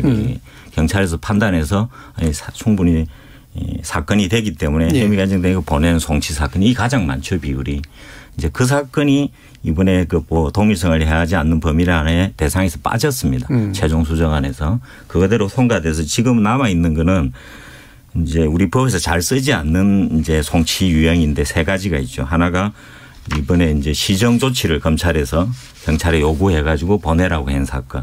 또는 체포 구속 장소 감찰권이라고 해서 유치장 감찰 나와 가지고 불법 체포돼 있을 때 사건 보내라고 한 거. 그다음에 고소인이 이제 고소 사건에 대해서 불기소했을 때 이의 신청한 사건. 이제 이런 거에 대해서는 세 가지가 방금 보내지면 그 사건 안에서만 동일성을 범하지 않는 범위 내에서 수사하라. 이렇게 됐고 경찰에서 일반적으로 지금 수사에서 기소된다고 보낸 사건은 이제 검찰에서 보안 수사를 추가로 하는 것에 대한 어느 언급이 없습니다. 사실은 빠져버려 가지고 그러면 동일성 이런 부분에 대한 규제는 받고 있지 않고 그런 물리 해석이 남아 있는데 지금 196조에 일반적으로 검찰이 수사권을 이번에 안 없앴기 때문에 중수청도 안 만들고 그대로 검찰이 수사권을 범죄 혐의가 있을 때 수사해야 한다라고 해놔버렸기 때문에 이 부분이 이제 보안 수사가 열려 있을 가능성이 상당히 법리적으로 문제가 될 거라고 보여집니다. 그러니까 오히려 이제 그 보안 수사가 상당 부분 이루어질 수도 있는 가능성이 그런 있다. 거죠. 경찰이 책임 수사해서 보낸 기소하러 보낸 사건을 예를 들어 경우에 따라는 이거를 기소할 수도 있겠지만 추가 수사를 해서 예를 들어 그 관련성이 없는 부분까지 추가로 입건하는 여부 이런 문제도 생길 수 있고 또는 경찰에서 송치한 거를 기소 의견을 보낸 거를 불송치 결정으로 불기소로 종결을 하는 경우도 있을 수 있고 경우에 대해서 뭔가에 불가능하다거나 이런 규정이 없고 또 불기소했을 때 경찰은 실컷 수사해서 증거 다 모아서 보내줬는데 검찰에서 이거 자기가 볼 때 증거 부족하다 하고 그냥 불기소해버려요. 그러면 예전과 마찬가지로 견제할 수 있는 수단은 법상으로는 아무것도 없습니다. 사실은. 이 부분도 우리가 상당히 고민해야 되는데 뭐 추가를 하자면 영미법계의 국가나 우리가 많이 또 이야기하는 절충 모델 일본 같은 경우도 이 불기소를 했을 때는 수사기관에 다 통보가 됩니다. 그리고 이게 수사기관하고 기소기관이 항상 이렇게 검사랑 수사관이 공조하고 있기 때문에 상호협력 관계에서 그런 건 아주 중요한 부분이기 때문에 지키거든요. 우리는 법상 그런 게 무너져 있기 때문에 이 부분은 상당히 좀 챙겨봐야 될 문제다 하는 이야기를 좀 드리고 싶습니다. 지금 말씀하신 것도 듣고 보니까 중요한 문제고요. 지금 사회자께서 말씀하신 그 고발인의 이의 신청권 제외된 부분도 그렇고 뭐 여러 가지 사실 보완해야 될 부분들이 있습니다. 근데 사실 이 법이 4개월 후에 시행되도록 되어 있는데 그 안에 여야가 머리를 맞대고 보완 입법을 하면 되거든요. 근데 이제 지금은 지방선거를 앞두고 있어가지고 그 정쟁이 아직 끝나지 않은 상태다. 그래서 국회는 그 보안입법을 해가지고 국민들이 불편하지 않으시도록 하는 게 주요한 임무니까 그거를 하면 됩니다. 그래서 시간이 없는 건 아니고 또 보안입법을 통해 가지고 고쳐 나가면 되는데 아마도 이제 고발인의 이의신청권 부분에 대해서는 민주당이 왜 그 부분을 구태여 고발인을 딱 찍어가지고 뺐냐. 아마도 두 가지 해석이 있는 것 같습니다. 하나는 본인들이 뒤가 구려서 가능하면 그 고발이 여러 가지 고발이 집중이 되고 그 집중된 고발이 다시 검찰 손에 들어가는 걸 통해 가지고 본인들이 불이익을 입을까 봐 미리 뺐다 이런 얘기도 있고 또 한편으로는 객관적으로 뭐 어떻게든 검사가 직접 수사를 하는 그 범위를 가능하면 줄여보겠다라고 하는 순수한 의도에서 했다. 뭐 이런 해석도 있는데 사실 그 해석이 어찌 됐든 간에 시민단체나 이런 쪽에서 보면 또 어떤 소수자 입장에서 보면 고발을 통해 가지고 사건을 어떤 제기하고 거기에 대한 형사사법적 정의가 실현되기를 바라는 그런 경우들이 많이 있었는데 그런 부분에 통로가 막힌 게 아닌가 뭐 이런 부분에 대한 지적이 있었기 때문에 정의당도 그 부분을 지적을 했고요. 참여연대도 거기에 대해서 별도로 논평을 냈고 저희 민변도 그 부분에 대해서는 보완입법이 필요하다는 입장을 냈습니다. 그래서 앞서 말씀드린 대로 시간이 좀 있으니까 그런 부분들에 대해서는 보완입법을 통해 가지고 고쳐 나갈 필요가 있다고 생각합니다. 그럼 이제 굳이 이제 양쪽을 이제 경찰과 검찰의 양쪽을 보면 두 분의 말씀을 이제 조합해서 경찰이 이제 불송치 결론을 낸 사건에 대해서 고발인이 이의신청을 해가지고 뭔가 그 보안 수사를 할 수 있도록 만드는 장치가 없어졌다라는 면은 검찰에 의한 견제가 약해진 면이 있고 반대로 아까 지적해 주신 것처럼 다 수사해가지고 올렸는데 증거 다 잡아서 올렸는데 불기소하면 여기에 대해서 검찰의 결정에 대해서 뭔가 보완해내거나 견제할 장치도 없고 그래서 양방향의 견제 장치가 좀 부족하다라는 면으로 이제 일단 요약될 수 있을 것 같거든요. 뭐 한상훈 교수님 견해도 좀 듣죠. 저도 이 고발인을 그 이의제기권자에서 이제 그 삭제한 요 형사소송법 245조의 7 요 규정이 되겠는데요. 여기에 대해서는 저는 조금 다른 생각입니다. 이제 기본적으로 이제 뭐 앞에 두 분 의견에 뭐 많이 공감은 합니다만은 이제 뭐 잘 아시겠습니다만 이제 고발인이라고 하는 사람은 이제 제3자거든요. 그러니까 범죄의 그렇죠. 당사자가 아닌 피해자도 아니고 뭐 예를 들면 우연히 목격을 했다든가 뭐 이런 사람인데요. 이런 그 고발인이 사실은 그 수사기관에 이렇게 신고도 하고 고발도 해주고 이러는 거는 어떻게 보면은 이 국가기관의 관점에서 보면 고마운 일입니다. 대부분의 사람들은 그냥 모른 척하고 지나가거나 뭐 내일도 아닌데 이러는데요. 근데 이제 그런 측면도 있습니다만은 또 다르게 보면은 이제 우리 그 현재 그 형사사법 제도가 굉장히 이념화되고 정치화되다 보니까 이게 그 어떤 정치화된 어떤 시민단체가 이제 고발을 자기가 직접 관여되지도 않았지만은 어떤 상대당 쪽에 어떤 뭐 정치인이건 누구를 이제 자꾸 고발을 하고 또 고발하고 뭐 아무튼 또 뭐 플랜카드도 뭐 써붙이기도 하고 뭐 아무튼 이래서 좀 약간 과잉되는 그런 측면도 분명히 있다고 보여지거든요. 그래서 이 두 가지 측면을 우리가 어떻게 좀 조화를 할 것인가 일단 그런 측면을 하나 볼 수가 있을 것 같습니다. 근데 예를 들면 그 정의당에서 이제 그 논거로 내세운 게 뭐 장애인이나 아동 등 사회적 약자의 피해가 우려된다 이랬는데 그러니까 자기가 직접 그 문제를 다루지 못하는 사람들 누군가 대신한다는 얘기죠. 그래서 이제 저도 진짜 그럴까 하고 이 조문을 자세히 봤습니다. 그랬더니 어떻게 돼 있냐 하면은 우리가 이의 제기를 할 수 있는 사람은 일단 고소인이고요. 그다음에 피해자도 이의 제기를 할 수가 있습니다. 그리고 법정 대리인도 할 수가 있습니다. 그러니까 그 뭐 장애인이라든가 아동이 직접 고소는 좀 어렵겠죠 아무래도. 그렇지만은 뭐 부모님이라든가 친권자라든가 또 뭐 후견인이라든가 이런 분들은 있을 거거든요. 그러면은 이분들이 이제 법정 대리인이라면은 고소를 하면 됩니다. 그리고 또 피해자가 또 뭐 아동이라고 그래도 너무 어리지만 않으면 고소는 다 할 수 있게 이렇게 보고 있거든요. 그래서 이런 우려는 제가 볼 때 그런 그 법정 대리인이라든가 이런 분들이 이제 고소를 한다거나 또 고소를 안 했더라도 이 법에 의하면은 고소를 안 했더라도 피해자는 또 이의 제기를 할 수 있는 거거든요. 예. 네, 그래서 그런 우려는 제가 볼 때 뭐 크지는 않을 것 같다. 그리고 그래서 이제 이 법에서 고발인을 제외한 거는 아까 말씀드린 것처럼 그렇게 지나치게 그 이념화되고 정치화되는 이 사법제도가 그런 것을 좀 막으려는 게 아닌가 뭐 선하게 해석을 하자면 그렇고요. 근데 그러면은 이 법이 문제가 없느냐, 이 법 조항이. 제가 좀 자세히 봤는데 좀 문제가 있습니다. 이게 이 조항을 굉장히 특이하게 만들었는데요. 먼저 그 1항에 보면은 이제 그 이의 제기를 할 수 있는 사람을 이제 쭉 아까 얘기한 대로 고소인, 그리고 이제 그 피해자 또 법정 대리인 이렇게 해놓은 겁니다. 그리고 고발인을 뺐거든요. 근데 누구한테 이의 제기를 하느냐 하면은 소속 관서의 장에게 이의 제기를 하는 겁니다. 원래 이 조항은. 그러니까 이거는 어떻게 보면 경찰서장에게 이의 제기를 한다는 얘기죠. 그런데 고발인은 못하게 해버렸어요. 그러면은 경찰의 어떤 그 내부적인 통제 시스템이 무력화될 수가 있습니다. 그러니까는 어떤 특정한 담당 수사관이 경찰이 뭐 예를 들면 뭐 뇌물을 받았다거나 뭐 아무튼 어떤 편견이 있어서 불송치를 해버렸다. 그러면은 이게 물론 뭐 내부 시스템도 있겠습니다만은 이렇게 이의 제기를 그 고발인이 함으로써 그 경찰서장에게까지도 이게 한번 리뷰를 할 수 있는 기회를 주거든요. 그래서 이 조항은 제가 볼 때 예전에 우리 검찰 항고 제도가 있습니다. 검찰 내에도 그런 이제 내부 통제 시스템이 있거든요. 그래서 그거와 유사한 그런 걸로 볼 수가 있는데 여기서도 제외를 한 거는 좀 문제라고 저는 봅니다. 네, 그래서 그 내부 통제 시스템을 위해서는 고발인도 넣는 게 좋겠다. 근데 다만 이제 그 2항입니다. 2항에 이제 신청이 있을 때는 검사에게 사건을 송치하게 돼 있거든요.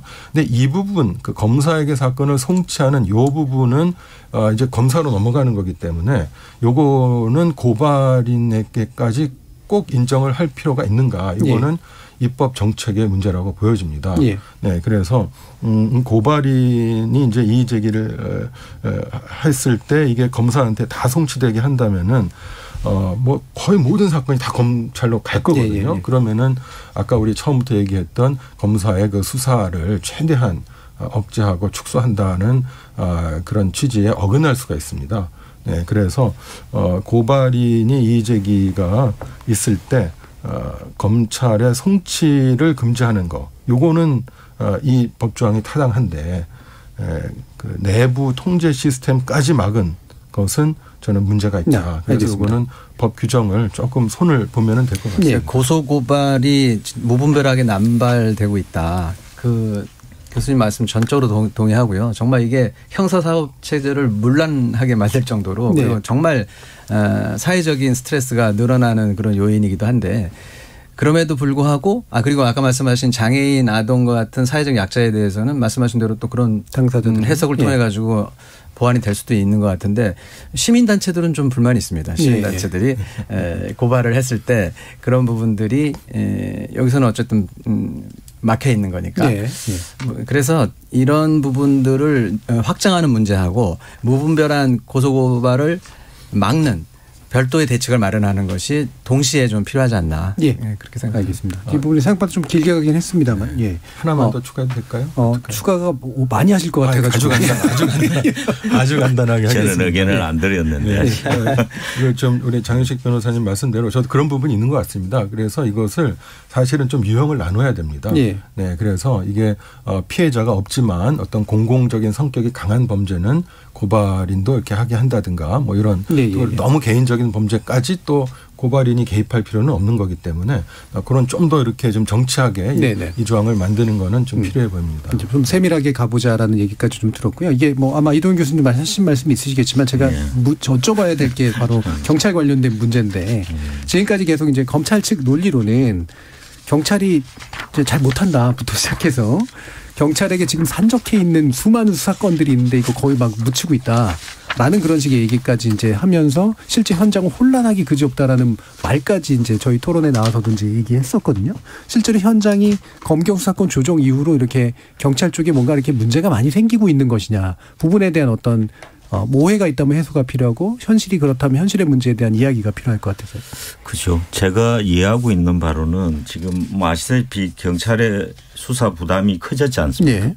작년에 이제 법이 개정되고 경찰이 특히 이제 기존에 하던 사건 수는 뭐 범위는 달라진 건 아니겠지만 검찰로 보낸 이후에 보안 수사를 이제 검찰이 직접 하지 않고 경찰에 보안 수사를 요구하는 게 원칙화되면서 일단 보안 수사가 좀 늘어난 건수가 있죠.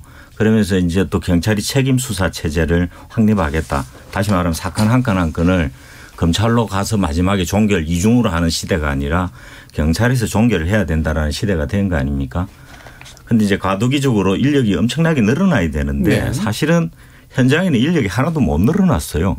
그리고 아마 이번에서 국회에서도 지적을 하신 것 같은데 이 경찰 쪽의 인력이 전혀 못 늘어나고 요청해도 뭐 사실 요즘 어려운 시기에 공무원 정원 늘리는 건 너무나 어렵지 않습니까? 그렇죠. 그러다 보니까 제대로 줄이고 하는데 경찰도 사실은 지난번에 예전에 이런 말은 그렇습니다. 전희경 이런 인력을 이제 감축하면서 숫자적으로는 한 서너 명 나간 거에 대해서 한 명 정도의 경찰관만 충원하고 이러다 보니까 보조 인력도 없고 하면서 몇 가지가 겹친 것 같아요. 제가 봐서는. 그래서 수사 인력을 과중하게 못 늘려주다 보니까 현장에서는 이제 너무나 힘들어하고 사명감만으로 하기에도 힘든 것 같아요. 그래서 이제 사건 처리가 좀 지연됐다 뭐 이런 거를 지난번에 어디 여론 뭐 특히 변호사분들한테 물은 것도 있기도 하고 그런데 그거는 조금 곡해된 게 있는 것 같아요. 실질적으로 통계적으로 오늘 뭐 이 자리에서 자세한 수치까지 이야기할 건 아니지만 그렇게까지 엄청나게 뭐 지연이 되고 그런 게 아니라 전체적으로 오히려 신속하고 책임감 있게 두 단계 다 거들 검찰 단계까지 합치면 더 길었던 게 오히려 짧아진 것도 있다. 이렇게 좀 봐줘야 될 것 같고 무엇보다 현장에서 정말 힘드니까 거기에 맞는 인력과 또 거기 일할 수 있는 사람 또 이 일할 수 있는 사람이 덧붙이면 아마 사회자님 말씀하시고 싶은 게 이 전문성 부분일 겁니다. 이제 검찰에서 하던 사건 이제 이대 범죄로 내려가고 기존에 간 방위 사업 범죄라든지 관련 또는 선거 범죄 또 뭐 대형 참사 그러면 경찰이가 안 했냐면 지금 경찰이 다 하고 있습니다. 종래 이런 대형 참사 같은 거는 검찰에서 사실 하기보다는 이 수많은 인력과 범죄 예방부터 해서 과학적인 수사를 하는 경찰에서 훨씬 더 잘하고 있기도 하거든요. 사실은. 이제 이런 것들이 이제 조금 더 그래도 늘어나긴 하기 때문에 이제부터 좀 그런 거기에 상응한 어떤 전문성을 더 높일 수 있도록 그 인력의 처우라든지 또는 거기에 맞는 직급 상향 또는 거기에 맞는 어떤 사회적 인식 이런 것들이 같이 올라가야 되는데 현재는 과도기 같아요. 그래서 일은 많고 처우나 보수나 인식은 좀 아직까지 따라가지 못해서 수사관들이 아유 힘들다 그러고 있는 부분이 있다고 보여집니다. 뭐 사실 이 부분 중요한 내용이라서 이제 사실 인력 부분부터 해서 중수청 문제까지 다 포함된 얘기라서 더 나누고 싶긴 합니다만 지금 어쨌든 이제 새 정부로 넘어가니까 새 정부의 정책도 굉장히 중요한 거 아니겠어요? 근데 이 부분이 혹시라도 충돌을 일으키는 것이냐 아니면 뒤집는 것이냐 이런 식의 생각도 할 수 있고 아니면 보완의 방향이냐 이렇게 고민을 해볼 수도 있어서 일단 지금 인수위 쪽에서 나온 국정과제 내용으로는 법무부 행정안전부 검찰 경찰 등 사자협의체를 구성하겠다. 그리고 검경 협력 강화하겠다. 이 말 자체는 게 괜찮은 말인데 이게 이제 경찰은 경찰의 수사 단계, 검찰은 검찰의 수사 단계를 각각 책임지는 시스템을 마련한다. 이 부분은 선뜻 좀 약간 어떤 건가 싶기도 하고 그래서요. 어떻게 평가하시는지 간단하게 좀 들어보도록 하죠. 먼저 장 변호사님부터 말씀 주실까요? 네. 선거 과정에서 윤석열 후보 당시 후보가 설명을 했던 내용이죠 사실. 그런데 그 다음에 구체화된 내용이 없습니다. 그래서 사실 지금 국회 입법 논의하고 관련해 가지고 여기에 발맞춰서 또는 이것에 협력해서 뭘 하겠다 이런 내용들을 지금 빨리 좀 정리를 해 주셨으면 하는데 지금 뭐 협력하겠다라고 하는 건 너무 추상적이어 가지고 이거 가지고는 평가할 내용이 없습니다. 예. 어떠세요? 이동규 교수님. 그 당 교수님께서 내세운 핵심은 그거 같습니다. 경찰 수사한 다음에 검찰로 가면 그 점에 대해서는 검찰에서 또 다시 수사하겠다라는 이야기처럼도 들리는데요. 아까 말했지만 보안 수사를 직접 하는 방향으로 확장해버리고 늘어나게 된다고 하면 검찰이 수사하지 말아야 된다고 하는 수사 기소 분리가 지향점이라고 보는 입장에서는 반대 방향이라고 볼 수 있겠죠. 그리고 그래서 보안 수사는 보안 수사대로 다 하고 또 개시해서 하는 직접 수사는 인지 수사는 인지 수사대로 다 한다 그러면 계획의 방향성은 안 맞고 하나 보태자면 세계적으로 왜 검사가 직접 수사하지 않느냐 하면 아까 변호사님도 이야기하셨지만 기소권자는요 수사만 하는 사람하고는 다릅니다. 무기가 두 가지 아닙니까? 너 기소하지 안 해줄 테니까 물어봐라. 예. 또는 약하게 기소해 줄 테니까 너 정언함 써봐라. 그러면서 지금 많은 사건에서 이미 우리가 검증이 됐지 않습니까? 잘못된 정언 또는 무리한 수사에 의한 타건 압박 수사 등등 해서 제대로 된 진실이 아니라 왜곡된 진실이 일어날 수도 있고 이런 것들이 세계적으로 다 검증이 돼서 안 하는데 우리나라만 그죠? 이게 다 따져보면 대한민국만 가지고 있는 어떻게 보면 일제로부터 물려받은 아주 나쁜 청산해야 될 악습이다. 네. 그래서 이 부분에서는 저는 보안 수사를 더 늘리고 이중으로 계속 가서 옛날처럼 돌아가자는 발상은 맞지 않다. 이런 네. 이야기를 하고 싶네요. 한 교수님. 네. 저는 이제 그 지난 뭐 작년 재작년에 이제 그 문재인 정부에서 그 검찰 개혁을 해서 이제 현행 그 체제가 도입이 되지 않았습니까? 근데 이게 좀 잘못된 점이 있다고 봅니다. 그건 뭐냐면은 그 경찰이 이제 그 수사 그 요구 업무량이 분명히 늘어날 게 그 분명한데도 그 인력을 어떻게 더 늘려줄 것인지 또 예산을 어떻게 할 것인지에 대한 구체적인 계획이 없었거든요. 그래서 지금 이렇게 수사가 자꾸 지연되고 이런 문제가 있다고 봅니다. 그래서 차제에 이번에 그 검찰청법, 형사성법이 이제 제정된 게 오히려 좋다. 그래서 왜 1년 만에 바꾸냐 이럽니다만은 지금 1년 동안 굉장히 어정쩡한 상태였다. 그래서 더 나아가자 차라리. 그렇게 함으로써 그 새로 경찰을 이제 충원하는 것도 물론 좋지만 기존에 있던 그 숙달된 전문 인력들이 검찰 수사관들이 많이 있습니다. 예. 그래서 이 분들이 뭐 아예 그 이직을 전직을 하던가 아니면은 파견 형식으로 이제 경찰청에 와서 근무를 한다든가 이런 식으로 그렇게 하면은 지금 그 수사가 좀 지연된다거나 뭐 좀 전문성이 좀 떨어진다거나 하는 그런 문제들도 일단 해결이 될 것 같고요. 그렇게 인력이 좀 더 여유가 생기면 좀 더 그 경찰서 그 전문화를 함으로써 네, 저는 이 운영으로서 충분히 그 현재 그 경찰의 그 수사 역량의 문제는 극복할 수 있다고 보고요. 또 우리 그 차기 정부에서도 이런 큰 방향을 그 훼손하지 않고 그냥 유지해 주는 게 저는 더 좋지 않을까 이렇게 기대를 합니다. 예. 지금 경찰의 수사에 대해서는 저도 잠깐 말씀드리고 싶은데 사실 70년 동안 검찰의 뭐 하부 조직처럼 해왔거든요. 근데 갑자기 이제 잘할 거라고 생각하는 것도 좀 어려울 뿐만 아니라 경찰은 못하고 검찰은 잘한다라고 하는 것은 사실 여론전에 불과합니다. 예. 책임 수사를 하면 잘하게 돼 있습니다. 그리고 예산과 인력을 지원하면 됩니다. 충분히 그럴 만한 능력이 있고 과거에 뭐 일제시대의 순사가 아닙니다. 지금 경찰대 출신을 비롯해 가지고 많은 엘리트들이 또 충원이 됐고요. 그래서 예산과 인력을 충원하는 것이 필요하고 지금 통계적으로 얼마 전에 나온 통계 제가 잠깐 본 게 있는데 사건 처리 기간이 한 40% 정도 늘었다고 합니다. 경찰에서 이제 집계하기에. 그게 이제 검경 간에 서로 견제하는 것도 있고 경찰도 어떤 책 잡히지 않기 위해서 내부적인 심사를 많이 하다 보니까 서로 핑퐁하는 그런 경우들이 많이 생겼는데 그래서 수사부서에 있는 사람들은 너무 힘들어가지고 한 70% 정도가 다른 비수사부서로 가고자 하는 그런 설문조사도 있었다고 하는데요. 이 문제를 해결해야죠. 한 교수님 말씀하신 대로 그런 지원을 안 하고서는 제대로 된 수사를 할 거라고 기대하는 것 자체가 잘못된 거라고 봅니다. 예, 알겠습니다. 자, 이제 마무리 발언 해 주시면서요. 과연 여야와 새 정부가 어떤 부분 쓸데없는 논의보다는 어떤 부분에 생산적으로 집중해야 되는가 한 3, 40초 정도씩 짧게 만들어야 될 것 같습니다. 이동훈 교수님부터. 그러네요. 앞으로 남아있는 과제가 이제 수사 기소를 정말 선진국 형태로 좀 제대로 분리하자는 과제도 있고 그 속에 아마 지금 정치적 이슈가 돼 있는 거는 중수청 새로운 수사기구 이야기인 것 같습니다.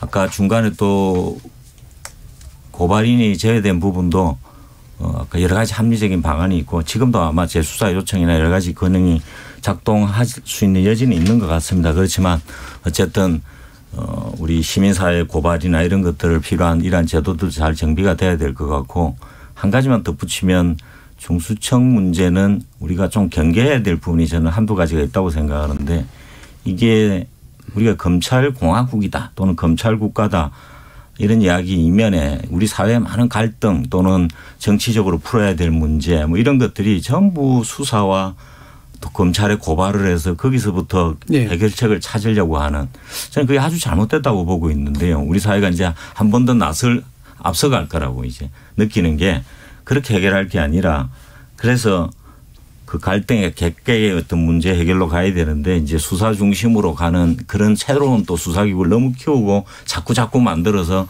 정치적인 사건 중심으로 수사하는 이런 방향으로 가는 거는 결코 바람직하지 않을 수도 있다. 그래서 사회 전체의 지성이 모여서 합의점을 찾아가야 될 문제가 많다 하는 이야기만 드리겠습니다. 알겠습니다. 자, 30초만 드려야겠네요. 한상규 교수님. 네.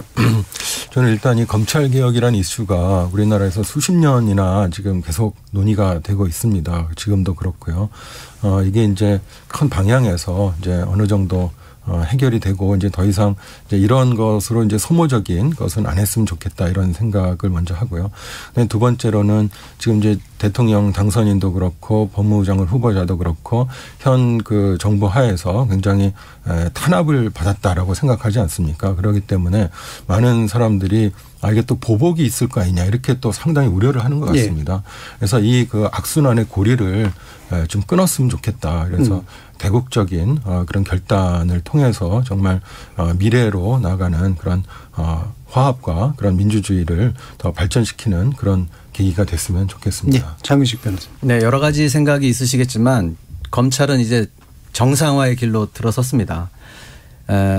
지금 이 문제를 가지고 당선인과 국회가 계속 티격태격하면 계속 혼란이 계속될 거기 때문에 국민과 국익에 절대 도움이 되지 않고요. 따라서 지금 가장 현실적인 방안은 4월 22일 국회의장 중재안 그것이 여야 합의다. 물론 한쪽에서 파기했지만 그게 여야 합의다. 그 정신을 함께 실현해 나가기 위한 지혜를 모으자. 그 말씀을 드리고 싶습니다. 알겠습니다. 자, KBS 오늘 열린 토론 오늘 논의는 검찰개혁의 제도적 완비 가지고 나눠봤는데 오늘 토론 함께해 주신 세 분의 전문가 한상훈 연세대 법학전문대학원 교수, 이동희 경찰대 법학과 교수, 민반 사법센터 수장 장윤식 변호사 세 분 모두 수고하셨습니다. 감사합니다. 감사합니다. 지금까지 KBS 열린 토론 정준이었습니다.